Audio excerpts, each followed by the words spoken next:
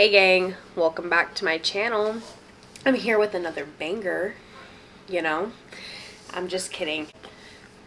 No, for real, welcome back to my channel. If you're new, hello. If you were returning from my Scientology Ask Me Anything video and you were hoping to see more Scientology content, I'm not just gonna make content on Scientology. I'm obsessed with Scientology, but that doesn't mean I want all of, like, my whole fucking personality and identity to be Scientology. I have a lot of other interests as well. I will be making more Scientology videos, but today is not one of those videos, so if you don't want to hear me talk for however long this video will be, I have no idea, click out now. I might be back next week or the week after with a video on Shelly Miscavige because I've been looking into it. Why do I talk so fast? Okay, original disclaimer. You're gonna hear my baby yelling, you're gonna hear Blue's Clues, you're gonna hear the box fan, and my 5-year-old's probably gonna come in here a couple times. She might not. This might not be that long of a video, but just so everyone's aware. With all of that being said, I love the 90s. I know, that's very original, very strong and brave of me, and I'm not like most girls, but I do. I love the 90s. I loved the style, I love the toys, I love the music, I love everything that came from the 90s. I was born in 1997, so I was a kid in the early 2000s, and a lot of the shows and the toys and everything was still like trickling in to the 2000s. Angelica and Susie. Look at me! I'm such a pretty ballerina. It's fun, folks and fun, food, folks and fun, folks and He showed me what it was to cry. I started watching a show on Hulu called The Dark Side of the 90s, and there's this one episode in particular that talks about the Viper Room. I didn't know what the Viper Room was. I knew it was a nightclub that Johnny Depp like ran back in the day or owned back in the day, but I didn't know like the significance behind it. I asked my husband, who's 6 years older than me, he's gonna be 31 this month, if he knew what the Viper Room was. No idea. Asked a handful of my friends who were my age if they knew what the Viper Room was. No idea. People my younger brother's age, that like no one knew. No one knew what the Viper Room was, so I wasn't alone. But I looked into it, and I've gotta say, it's pretty interesting. And I only talk about shit that interests me, so here we go.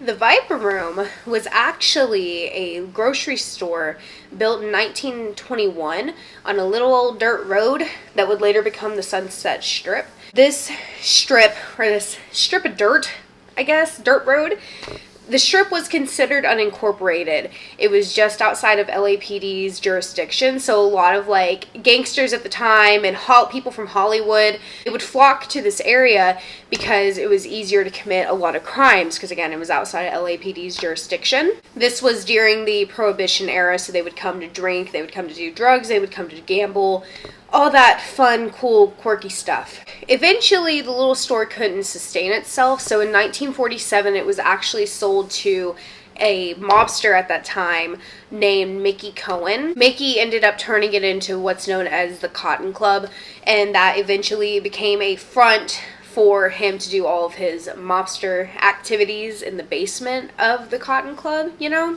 In 1950, the Cotton Club was completely destroyed by a fire. Mickey ended up rebranding it entirely, and he turned it into a strip club called The Last Call. Like less than a year later, or a year or a little less than a year later, it was shut down because at the time LA had a lot of obscenity laws, I guess. And then shortly after that, Mickey was indicted for tax fraud and tax evasion. The Last Call was ultimately sold because Mickey went into liquidation. And after he sold it, it didn't really do anything. It was still kind of like a club. A lot of times it was just kind of like dead. And it was eventually sold to Anthony Fox in the 70s, and it became a jazz club called the Central. But even as a jazz club in the 80s, it was kind of like, it was still like it fell off. It was still kind of like a ghost town. Fox ended up going into business with different people, and they revamped the club. They had a bunch of people bidding on who was going to go into business and who was going to like own a share of this club, and Johnny Depp actually had 51% of the share for the club. So with Johnny Depp on board, he and his friend Chuck Weiss, who was a jazz musician from the Central before it became the Viper Room. I know, that's a lot of words. That's a lot of confusion. Are you tracking? Are you understanding? Let me know if I'm talking too fast. And with Johnny Depp now on board, him and Chuck Wise revamped the club into what's called and what's known today as the Viper Room. What is that, man? It's kind of bright, bro. Video camera. Take it out of his face, man. Don't let him get his fucking home. The Viper Room opened August 1993. It was meant to be a nightclub and like a venue for more like alternative and grungy rock bands. A lot of people think that one of the reasons why Johnny Depp bid to be an owner of this club is because when the Central was closing, his friend Chuck Wise played at the Central. And once the Central closed, that was kind of like end of the road for Chuck. And Johnny thought he was a very talented musician and didn't want him to go anywhere. So he bought his shares of the Viper Room so Chuck could continue to have a place to play. The Viper Room came around during a time where the era was changing. It went from bands like Guns N' Roses and Motley Crue to Red Hot Chili Peppers and Jane's Addiction, and the scene was going from hair metal and metal very much into the grungier, underground, like cool to be uncool kind of scene. The 90s really brought more of an alternative and a grunge scene. It really started an era for more darker expression. A lot of A-list celebrities at that time, like Johnny Depp, River Phoenix, Keanu Reeves, they all had like little side bands. Obviously they were actors, but they really were into music. And they unfortunately didn't really have anywhere they could play with those bands because they were some of the world's like biggest celebrities at that time. They didn't really have a place where their friends who also happened to be other celebrities could come and watch their shows play because things would get way too out of hand. Like these people couldn't even walk down the street without fans and paparazzi like coming and fucking with them and asking for autographs and shit. When the Viper Room was created, it was like a lot of people thought that it was going to become like this very like snooty club, very snooty kind of atmosphere because it was literally like leaking with fame. All of Hollywood's like young A-list celebrities were here. Johnny Depp was very much in control of who was let in, who wasn't let in, and what the vibe was entirely. He didn't have to let in anybody that he didn't want to let in. So the only people that really hung out there were just like, they were chill. They were famous and they were like sick of the fame. It was just a place where they could all like let loose and relax without having a million people come up to them and ask them for autographs and ask them for pictures. And it really just became like this safe haven for a bunch of them to like put their hair down, let loose, and enjoy some music. Or in line at the bar with Johnny Depp. After years in the doldrums, the Los Angeles party scene is hot again. And as Lauren Terry reports, it's because of Hollywood's party animal. The room was so chill that the lead singer of the Counting Crows, Adam Duritz, was actually bartending there just for fun. He didn't accept any tips or money to do it. He was just like, the Counting Crows had really blown up at that time, and he was just like new fame. He was overwhelmed with like all of the pictures, autographs, and like he couldn't live like a normal life anymore, which is one of the downsides that come with fame. He bartended there just as a way to escape and to hang out with people and to get to know people. He said that it was like a big decompress because everybody there was already famous. Everybody there, like, nobody was like more famous than the other person. Nobody was trying to impress people, so everybody could just like sit there and have like real conversations and like actually hang out and be themselves without like feeling pressured to do anything or to impress anybody. A lot of people who hung out at the Viper Room, because it wasn't just celebrities, there were a lot of journalists and photographers that hung out. Photographer Randall Slavin was one of the people that frequented the Viper Room in the 90s that wasn't like an A-list celebrity. He was on the Dark Side of the 90s show on Hulu, and I really, really like his recounts of his time there in particular. He just seemed like he really like passionately loved the Viper Room for what it was. Something in particular that I thought was cool was he said that the Viper Room would have different themed nights. One night everything was like covered in tinfoil. There was one night called Alice in Wonderland night, and it was like everything looked like it had come out of an Alice in Wonderland book. And he said that it would be like a different theme every night, but it was just like one of those things that made the Viper Room such a cool place to be.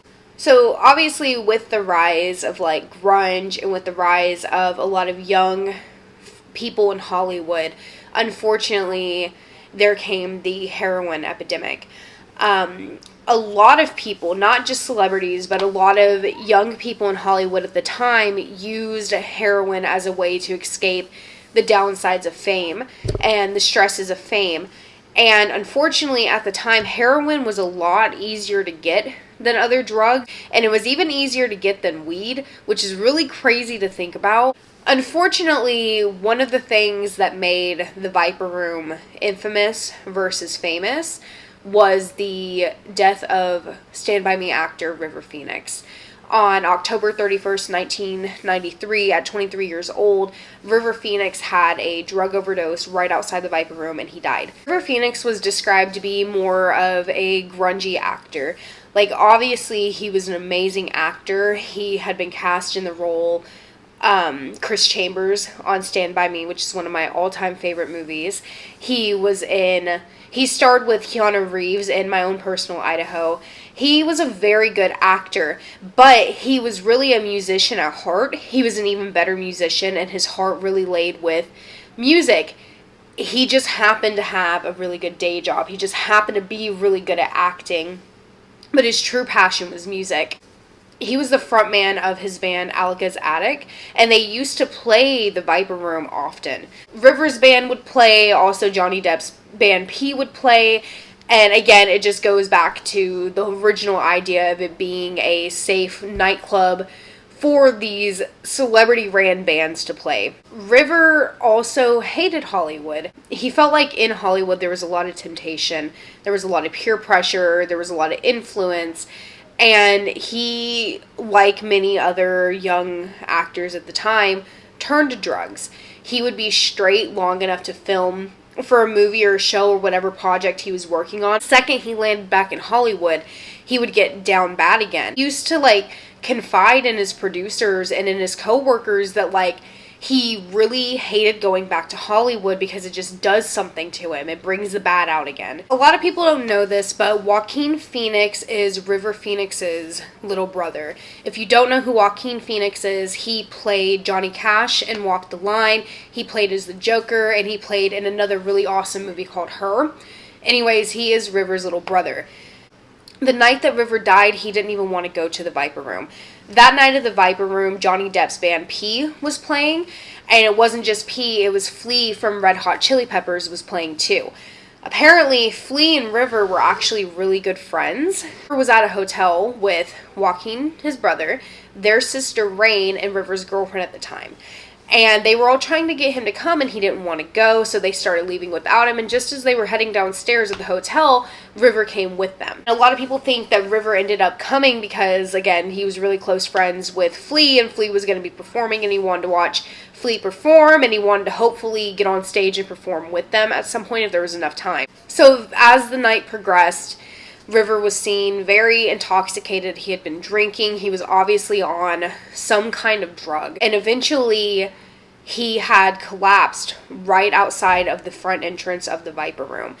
His brother Joaquin, his sister Rain, and his girlfriend were all there with him. Joaquin had actually just had his 19th birthday on October 28th. And it's just fucked up because like a few days after his 19th birthday, he's outside of this nightclub that they all hung out at a lot, and he's watching his brother die. He ended up running just right down the strip. There was a payphone just a little ways past the Viper Room. Joaquin got on, and he's the one that made the 911 call, begging police to come and like save his brother. You can find the 911 call. I'm not gonna play it just because I'd be fucking pissed if somebody took one of the worst moments of my life where you can like hear me having one of the worst moments of my life and we're just trying to like capitalize off of it. So I'm not going to play that shit.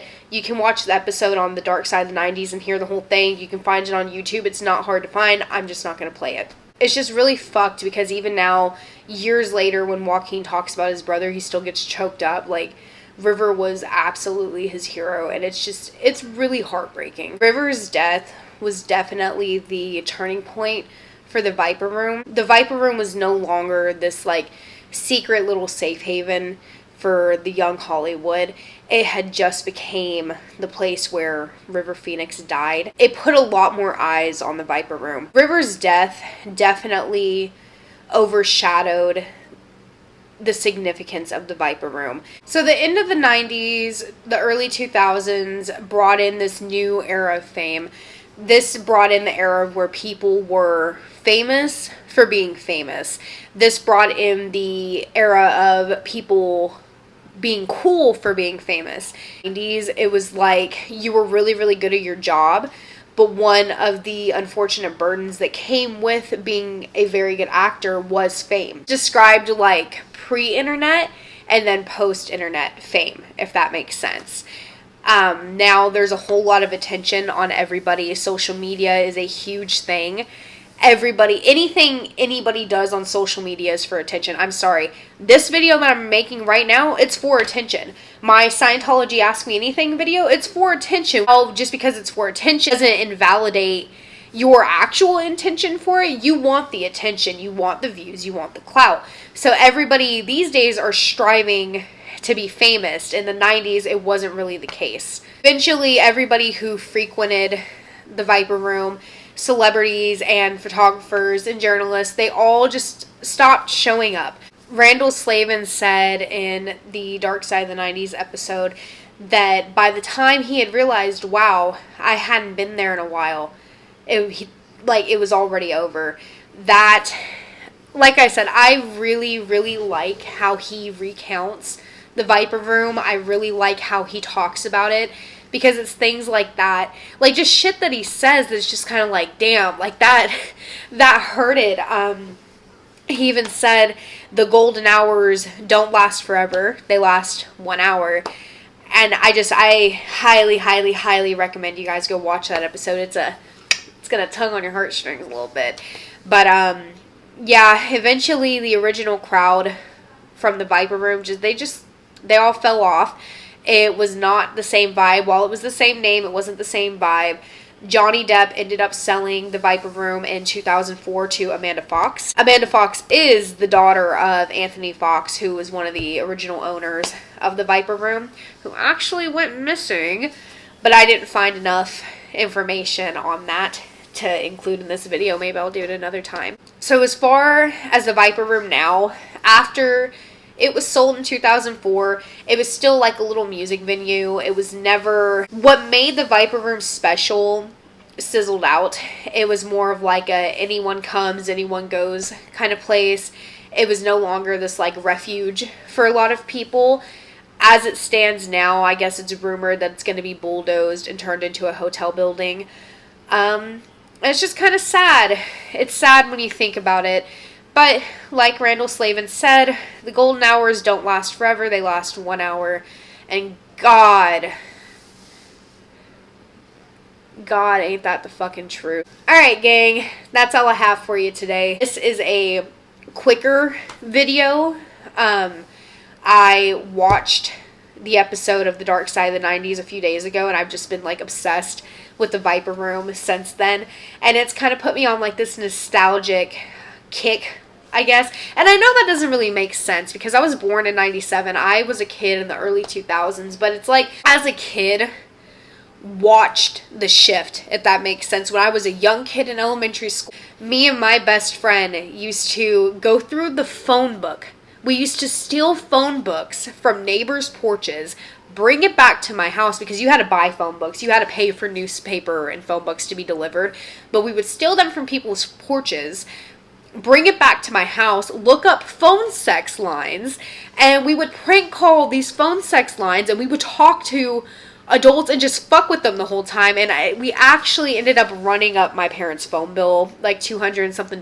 We didn't know how they charged it, but they definitely, it turns out they charged it to your phone bill. Like, they billed your phone provider, and the phone provider billed you. And I remember the switch from more simple things like that to smartphones. I remember I was 15 in 2012, the first time I had a smartphone. I remember that, yeah, I used to be on Facebook and I used to be on MySpace, but you had to, like, go on the computer for that. And I remember you being able to access all of it from your phone. I remember being able to watch YouTube on your phone for the first time, and it just, while I'm very grateful for a lot of technological advances that we have today, it makes me feel extremely nostalgic to watch documentaries and watch other YouTubers' videos on things from the 90s. One of my favorite YouTubers to watch ever that I highly recommend is Jamie French. She kind of does like commentary on older movies and older shows, a lot of it from like the 80s and 90s. That's really fun. Anyways, guys, thank you for watching my video if you made it this far. Thank you for all of your love and support. I really mean it. All of the love and support I got on that Scientology video meant more than you know to me. I really hope you guys will stick around as I try to navigate my way back through the YouTube world and back into editing and back into getting comfortable again in front of the camera. Again, just thanks for all the love and support, and I'll see you guys soon. Bye. Nothing